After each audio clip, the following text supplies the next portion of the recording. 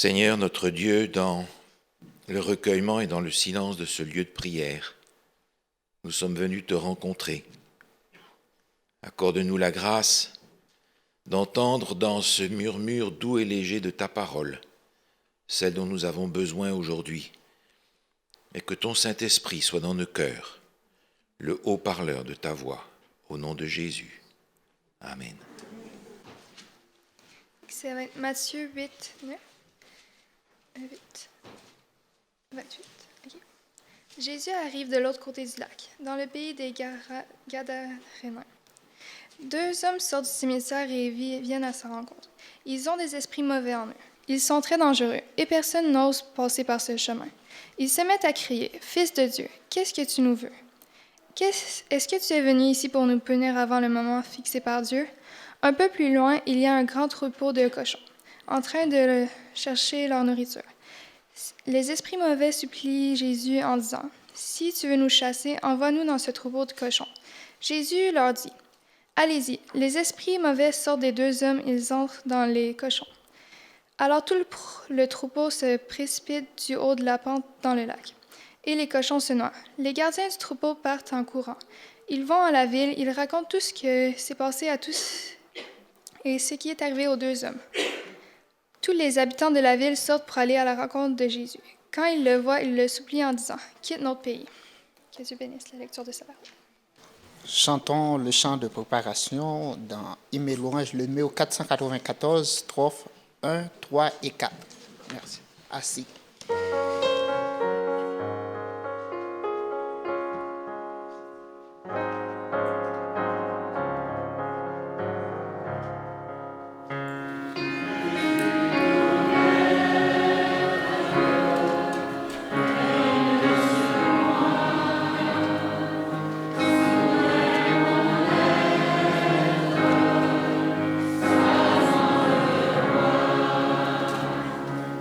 Yeah.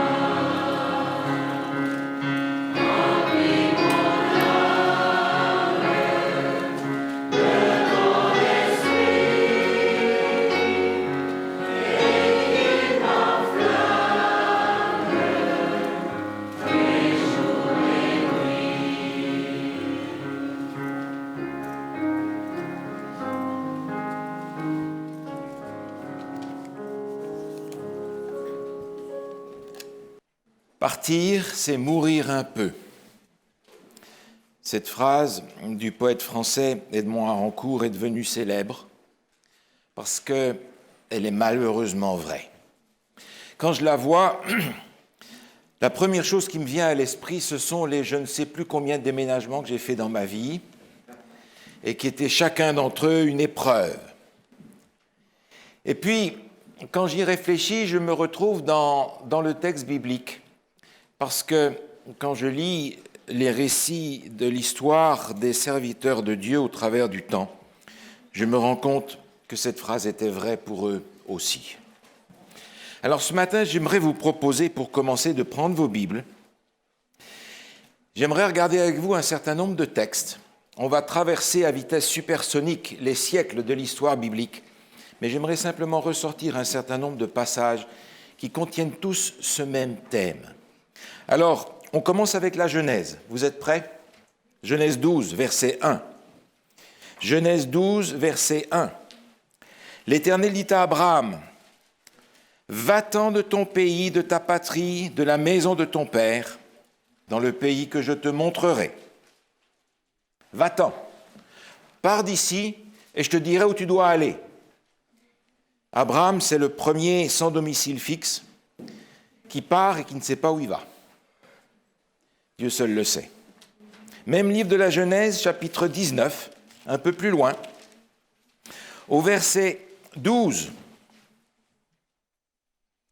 On est ici avec l'histoire de Lot à Sodome et Gomorrhe. Les hommes dirent à Lot, au verset 12, « Qui as-tu encore ici? Gendre, fils et filles, et tout ce qui t'appartient dans la ville, fais-les sortir de ce lieu. » Verset 16. Et comme il tardait, les hommes saisirent par la main, lui, sa femme, ses 2 filles, car l'Éternel voulait l'épargner. Ils l'emmenèrent et le laissèrent hors de la ville. Vous vous souvenez que ces 2 hommes sont en fait 2 anges. Comme il tardait, il va falloir que les anges les prennent par la main et pour lui dire « Je t'ai dit de partir, maintenant tu pars. » Vous avez les parents qui appellent leurs enfants « Alors tu viens ?» Puis comme il ne vient pas, qu'est-ce qu'on fait? On l'attrape et on s'en va. Ça vous dit quelque chose? Dieu fait pareil avec nous. Genèse chapitre 27. Genèse chapitre 27.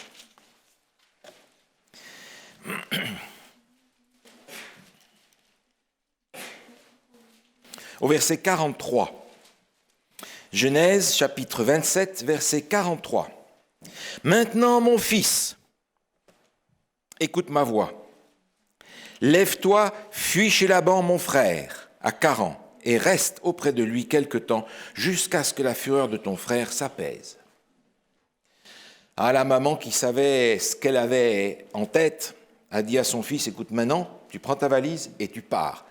Maintenant, pars. » Et notre ami Jacob n'a plus revu sa mère de toute sa vie. Chapitre 37. Genèse, chapitre 37, verset 28.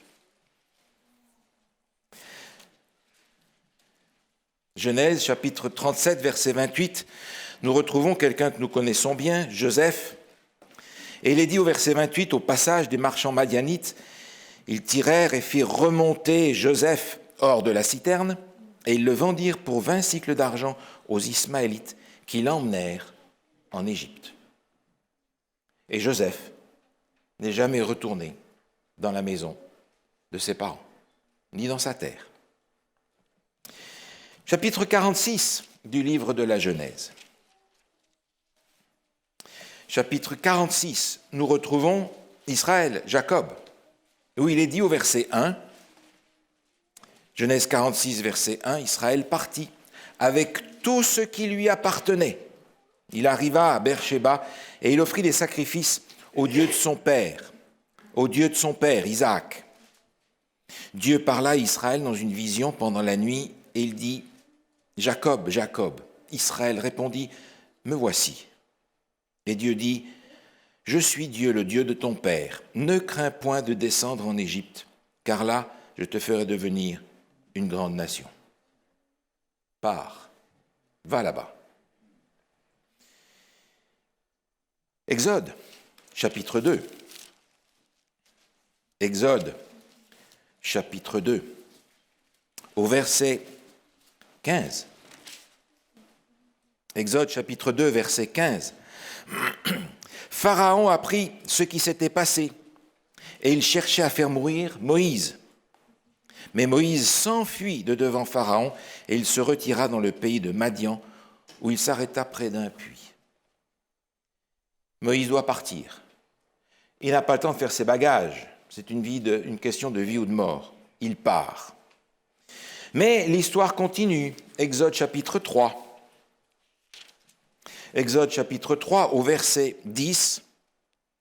Dieu parle à Moïse et lui dit « Maintenant, va, je t'enverrai auprès de Pharaon et tu feras sortir d'Égypte mon peuple, les enfants d'Israël. » Il y a 40 ans entre ces deux textes, mais à un moment il faut partir, puis à l'autre moment il faut revenir. Tournez quelques pages encore jusque dans le premier livre de Samuel. Premier livre de Samuel au chapitre 21. Premier livre de Samuel au chapitre 21.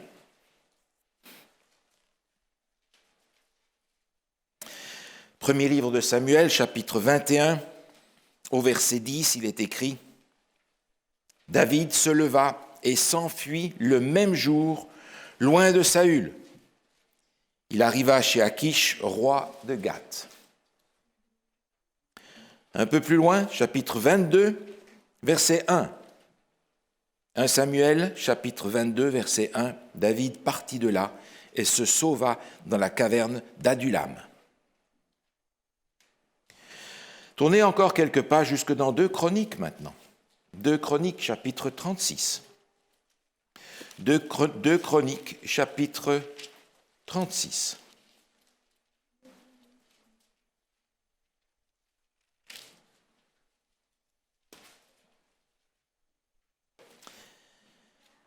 Deux Chroniques, chapitre 36, au verset 20, il est écrit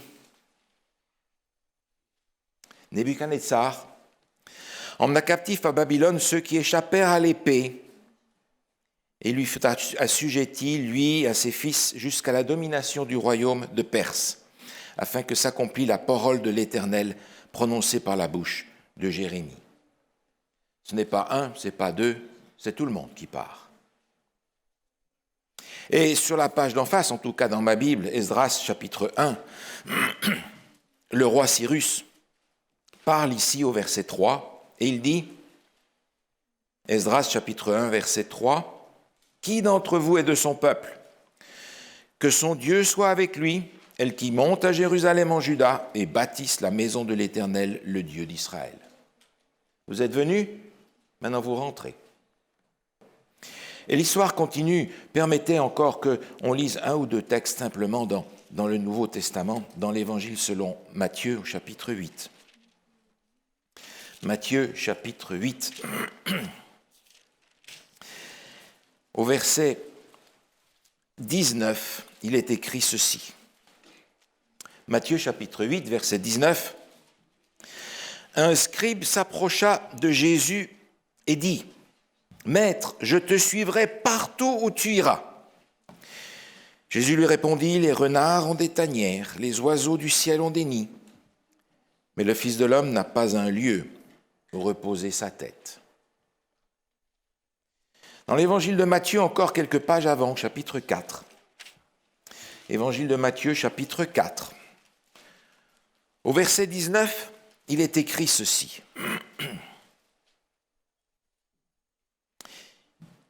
Jésus leur dit, « Suivez-moi, et je vous ferai pêcheurs d'hommes. » Aussitôt, ils laissèrent les filets et le suivirent. Aussitôt, ils laissèrent leurs filets et le suivirent. Encore un ou deux textes. Actes des Apôtres, chapitre 1er, verset 8. Certains peut-être connaissent ce texte par cœur. Actes des Apôtres, chapitre 1, verset 8. « Mais vous recevrez une puissance, le Saint-Esprit survenant sur vous, et vous serez mes témoins à Jérusalem, dans la Judée, dans la Samarie, et jusqu'aux extrémités de la terre. » Chapitre 26 du livre des Actes, l'apôtre Paul raconte son expérience, il rend son témoignage, il rapporte les paroles de Jésus. Actes chapitre 26, au verset 17, il rapporte ce que Jésus lui a dit.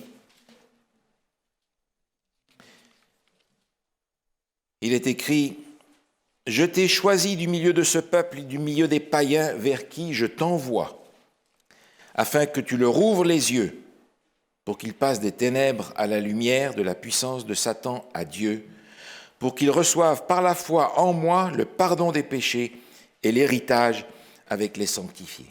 Je t'ai choisi et maintenant je t'envoie. » On aurait pu prendre, vous en êtes bien conscient, une multitude d'autres passages dans lesquels Dieu demande à ses serviteurs d'avoir leurs valises prêtes et qu'eux soient prêts à partir.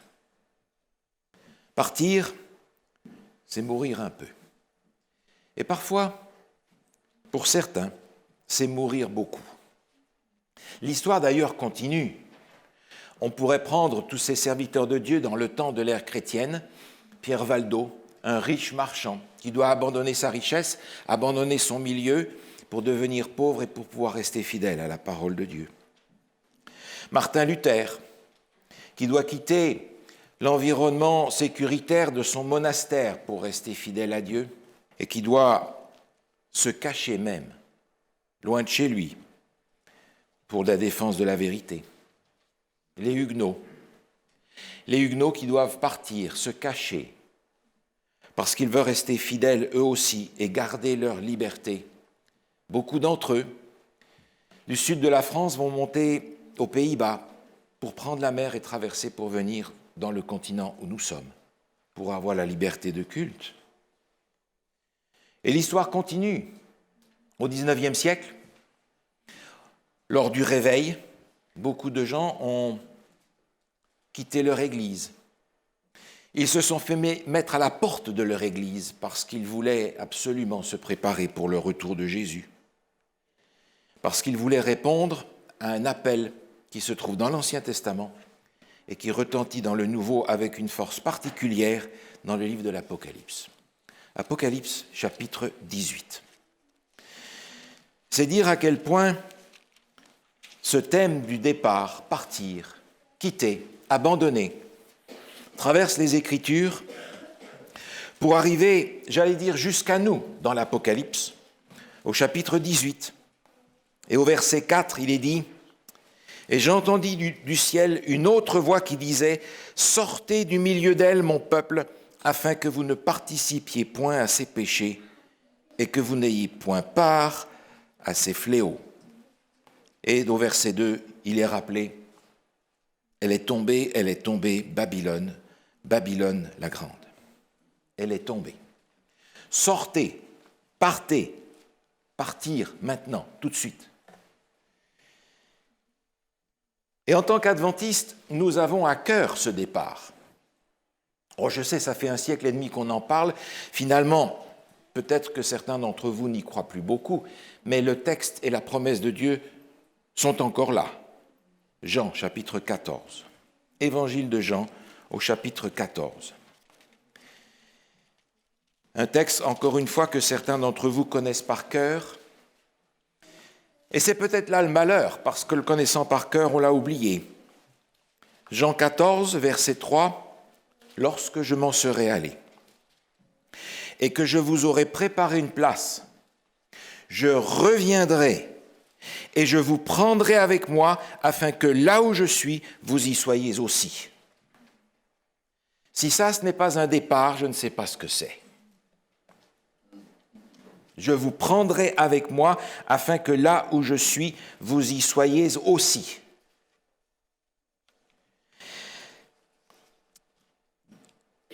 Les patriarches ont dû partir, les apôtres ont dû partir, les serviteurs de tous les temps ont dû partir. Les missionnaires partent encore aujourd'hui. Et il y a plusieurs manières de partir. Je pense partir comme Élie, par exemple, qui avait été averti par Dieu de ce qu'il lui réservait, et qui, en marche avec son ami Élisée, est prêt, lui, à partir.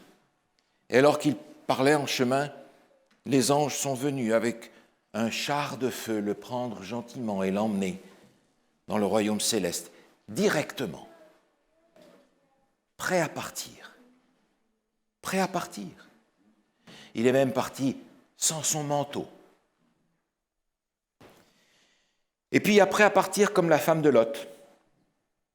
La femme de Lot est sortie de Babylone, de Sodome et Gomorrhe, c'est-à-dire ses pieds sont sortis, mais pas elle. Et elle y est encore. Il y a plusieurs manières de sortir et de partir. Et un bon nombre d'entre nous aujourd'hui dans cette assemblée sommes des immigrants. Et nous pouvons nous dire, nous avons tout laissé. Nous avons sacrifié ce qu'il y avait à la maison, nous avons abandonné nos maisons, nous avons abandonné nos familles, nous avons abandonné notre travail pour venir ici. On sait ce que c'est que de partir. Et pour nous, qui sommes immigrants, et j'en suis un aussi, on a la grande tentation d'arriver ici, de se dire, ça y est, on est installé. On est bien. On est venu pour toutes sortes de raisons, pour toutes sortes de prétextes. On est venu pour les enfants, on est venu pour être plus confortable, on est venu pour échapper parfois à des situations dramatiques. Mais ici, ça y est, on est installé, et on s'assied, et on s'installe. Nous, on sait ce que c'est que de tout abandonner. Les pure laine, comme on les appelle ici, qui sont chez eux, qui sont nés ici, qui travaillent ici, qui se sont mariés ici, et qui vont peut-être mourir ici, eux, ils ne savent pas ce que c'est que de laisser tout leur famille, leur pays. Non, c'est pas exactement comme ça que ça se passe. Parce qu'il y a plusieurs manières de partir et le Seigneur nous appelle parfois à partir de manière très différente. Parce que, à partir du moment où nous avons accepté Jésus comme notre sauveur personnel, nous sommes tous des collaborateurs avec Dieu.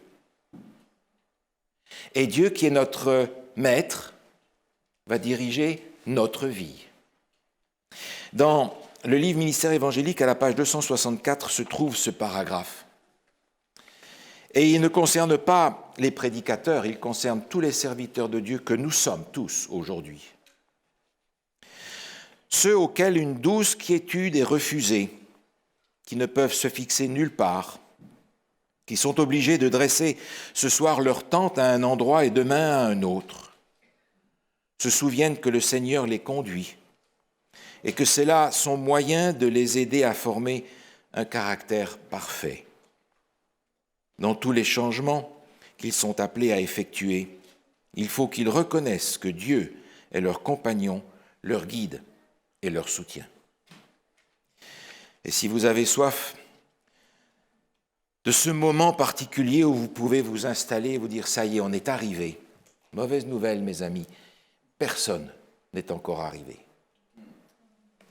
Parce que le Seigneur, aujourd'hui ou demain ou après-demain, va peut-être nous demander de partir. Et nous n'aimons pas les changements. Croyez-moi, je sais de quoi je parle. Mes enfants me disent, c'est incroyable tous les détours par lesquels tu peux aller pour éviter de faire des changements. Nous n'aimons pas changer d'habitude, nous n'aimons pas changer de ville, nous n'aimons pas changer d'église, nous n'aimons pas changer d'amis, nous n'aimons pas changer de mode de vie, nous n'aimons pas changer. D'ailleurs, vous avez remarqué, on s'assied toujours à peu près aux mêmes places, même à l'église. Et si on arrive un jour à l'église un tout petit peu plus tard que d'habitude et que quelqu'un a garé sa voiture là, va dire tiens, il a pris ma place. Habitude. Changer est pour nous quelque chose d'extrêmement difficile. Et changer peut prendre parfois des dimensions terribles et dramatiques. C'est le texte que nous avons lu ce matin dans l'Évangile selon Matthieu, au chapitre 8. Vous vous souvenez de cette histoire extraordinaire Et je n'aurais pas voulu être parmi les disciples non plus, croyez-moi, je préfère lire l'histoire que la vivre. Ils arrivent dans un endroit hors du territoire d'Israël, et il y a là, selon les récits, 1 ou 2 possédés qui les accueillent. Alors les disciples, vous pensez, ils sont tous cachés derrière le canot, ils regardent pour savoir ce qui va se passer, parce que affronter 2 démoniaques, ils n'étaient pas prêts à ça. Et Jésus, lui, va au-devant de ces démoniaques. Et vous connaissez cette histoire. L'un d'eux s'appelle Légion. C'est dire à quel point il n'y a plus rien en lui qui n'était pas possédé. Cet homme ou ces hommes vont être guéris, libérés des démons, et le troupeau de cochons va descendre en bas de la falaise. Les gens de la ville vont être alertés, ils vont venir. Et au verset 34, il est dit « Alors, toute la ville sortit à la rencontre de Jésus, et dès qu'ils les virent, ils le supplièrent de quitter leur territoire. » Ces gens s'étaient habitués à avoir ce démoniaque qui cassait les chaînes, qui vivait dans les tombeaux, qui criait, qui avait ce cri lugubre dans la nuit, ce sang qui coulait. Ils s'étaient habitués à ça. Mais maintenant que Jésus vient et qu'il guérit cet homme, et quand ils viennent, ils voient cet homme habillé, au pied de Jésus, dans son bon sens, le regard pétillant d'intelligence, il dit non, surtout pas ça. Ne commence pas à faire des changements et des guérisons. On préfère rester avec nos fous et nos cochons plutôt que d'avoir la guérison que tu apportes. Est-ce qu'on est capable de dire « Oh, peut-être pas ça comme ça », mais est-ce qu'on est capable de dire la même chose à Dieu ? Je préfère rester avec mon vilain caractère plutôt que d'avoir encore une révolution en moi. Je préfère rester avec certaines habitudes que j'aime bien encore plutôt que d'en être débarrassé. Vous savez, le Seigneur est un infatigable empêcheur de tourner en rond. Et quand on commence à tourner en rond, vous pouvez être sûr qu'il va mettre un bâton dans les roues pour qu'on apprenne à tourner dans l'autre sens. Un infatigable empêcheur de tourner en rond. Vous savez, on n'a jamais fait comme ça, donc il ne faut pas le faire. On a fait comme ça pendant toujours, ça va rester comme ça. Pourquoi est-ce que ça serait autrement ? Dans le journal Le Christianisme au XXe siècle, il y a déjà pas mal d'années, Éric Denimal, qui était connu pour avoir un langage un petit peu à rebrousse-poil, a utilisé une expression intéressante. Il écrivait « L'immobilisme est en marche et rien ne pourra l'arrêter. » L'immobilisme est en marche et rien ne pourra l'arrêter. Est-ce que vous vous sentez dans cette catégorie-là ? Pris dans une immobilité imbougeable, mais en marche perpétuelle. La parole de Dieu donne une expression à ça, bien différente. Et je vous propose de regarder ce texte dans la première épître de Pierre, au chapitre 2. Première épître de Pierre, au chapitre 2. Au verset 11, Pierre écrit ceci. Première épître de Pierre, chapitre 2, verset 11. « Bien-aimés, je vous exhorte, comme étrangers et voyageurs sur la terre, à vous abstenir des convoitises charnelles qui font la guerre à l'âme. » Étrangers et voyageurs. Même si vous êtes d'ici, avoir accepté Jésus comme votre sauveur fait de vous des étrangers et des voyageurs. Parce que ce pays n'est plus le vôtre, vous en attendez un autre, comme Abraham. Vous êtes des voyageurs, parce que demain, peut-être que le Seigneur peut vous demander de remplir une mission en son nom. À Jérusalem. dans la Judée, dans la Samarie, ou peut-être à l'autre extrémité de la terre. Cette même expression se retrouve au chapitre 11 de l'Épître aux Hébreux, et ce n'est pas un hasard. Nous avons dans Hébreux chapitre 11 toute cette liste incroyable de tous les héros de la foi, de tous ces hommes et ces femmes qui sont considérés comme ayant vécu une foi particulièrement forte et puissante.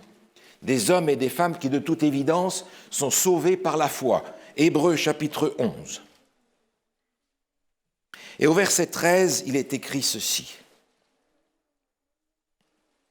C'est dans la foi qu'ils sont tous morts, sans avoir obtenu les choses promises. Mais ils les ont vus et salués de loin, reconnaissant qu'ils étaient étrangers et voyageurs sur la terre. Étrangers et voyageurs. Est-ce que vous êtes des nomades ou est-ce que vous êtes des sédentaires? Des sédentaires imbougeables, pris dans l'immobilité. Échanger, bien entendu, c'est toujours difficile. Nous serons peut-être invités par le Seigneur à changer d'habitude, à changer de culture, à changer de métier, à changer de lieu, à changer d'attitude. Je ne sais pas ce que le Seigneur va vous demander de laisser, d'abandonner ou de quitter. Je ne sais pas, parce que ce sera pour l'un et pour l'autre des choses différentes. Mais il y aura en tout cas un dénominateur commun, et je peux vous dire ce que c'est. Le Seigneur va toujours nous demander d'abandonner ce qui nous est le plus cher.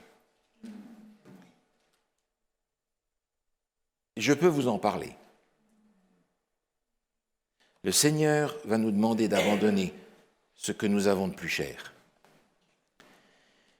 Et ce n'est pas pour rien, en fait, c'est justement ce qui est peut-être dans le chemin qui empêche que le Seigneur soit premier, et qu'il soit le premier toujours, jusqu'à ce qu'enfin il soit le premier et le dernier, et qu'entre deux, nous soyons morts à nous-mêmes. Et c'est pour ça souvent qu'il nous fait partir, parce que partir, c'est mourir un peu. Et si un peu n'est pas suffisant, il nous fera partir encore, jusqu'à ce qu'on soit vraiment mort. Vous savez, vous m'avez peut-être déjà entendu dire, si vous voulez servir le Seigneur, soyez prêts à toutes les surprises.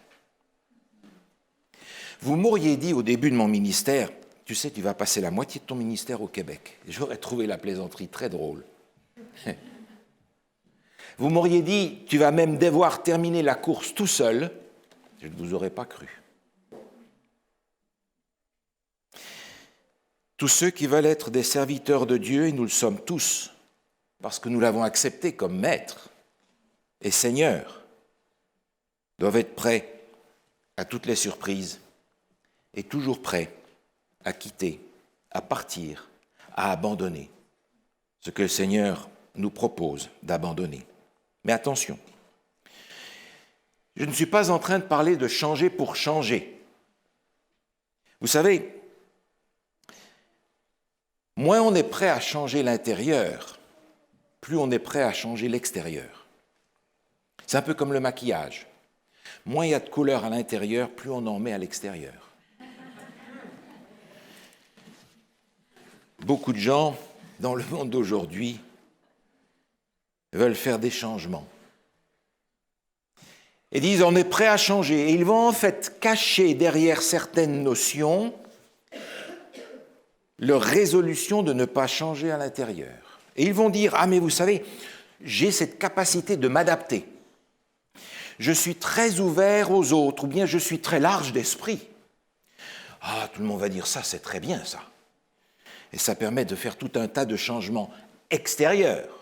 Alors on va changer la musique, on va changer le contenu du culte, on va en changer la forme, on va en changer la mode, on va changer une manière de faire, on va changer tout un tas de choses extérieures, les couleurs, les nez. Mais quand il s'agit de changer l'intérieur, c'est une autre affaire. Et c'est exactement ce que Jésus a rencontré dans son temps. Jésus est venu pour faire une révolution. Et les gens ont dit, c'est parfait, c'est ce qu'on attend. Flanque-nous les Romains dehors, remets de l'ordre dans cet État, enlève la corruption, etc. Et quand les gens de son peuple ont compris qu'ils n'étaient pas venus changer l'extérieur, mais qu'ils venaient pour changer leur cœur,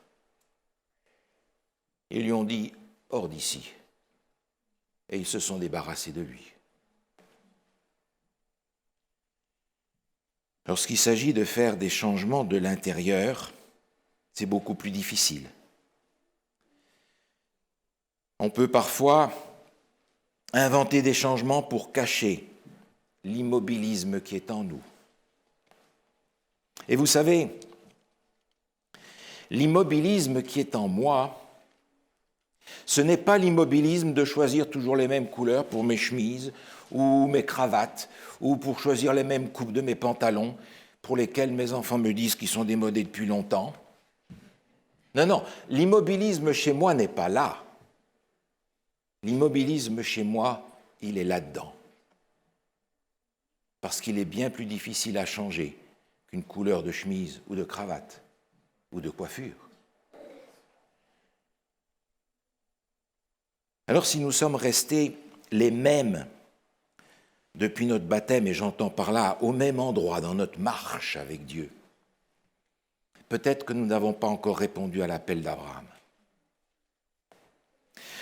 Si nous en sommes restés au même point, à quelques détails extérieurs près, c'est que nous n'avons pas encore commencé le voyage du pèlerin.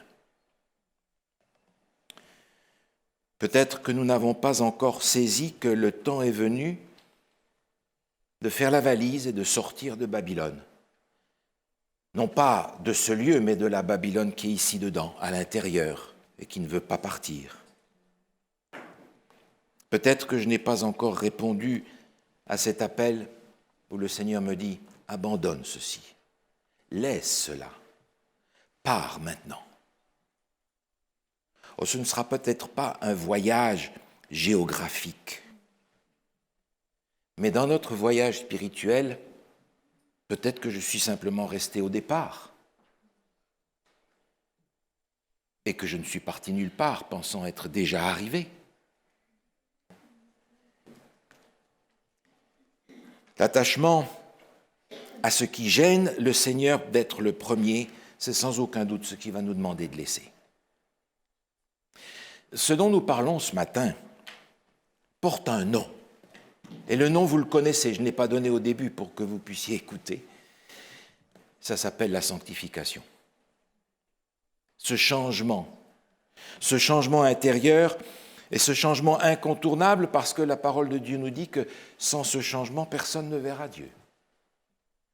Donc il va falloir que ce changement s'installe chez moi et trouve chez moi quelqu'un qui est prêt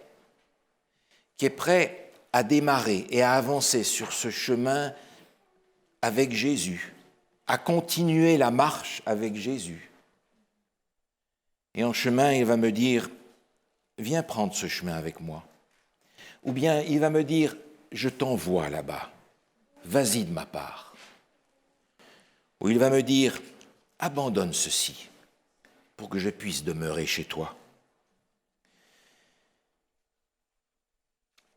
L'immobilisme, j'ai su le dissimuler de bien des manières. Et le Seigneur le voit, parce que tous les changements que j'ai pu faire autour et à l'extérieur ne l'ont pas empêché de voir ma résistance intérieure à ce que son œuvre veut s'accomplir. Mais j'ai une bonne nouvelle. Et cette bonne nouvelle, elle est dans l'Épître aux Philippiens, au chapitre 2. Vous la connaissez, cette bonne nouvelle. L'apôtre Paul nous la donne au début de Philippiens, au chapitre 1, au verset 6. Philippiens, chapitre 1, verset 6, où il dit « Je suis persuadé que celui qui a commencé en vous cette bonne œuvre la rendra parfaite pour le jour de Jésus-Christ. Le Seigneur, qui ne change pas, est prêt à nous conduire dans notre changement jusqu'au bout du compte. Et le compte n'est pas fini parce qu'il n'a pas fini de travailler avec moi, il n'a pas fini de travailler avec aucun d'entre nous. Alors j'ai envie de lui dire, Seigneur, cette promesse que tu as mise ici, accomplis-la, maintenant, aujourd'hui, pour moi. Amen. Levons-nous, chers pèlerins, pour chanter le dernier cantique d'engagement.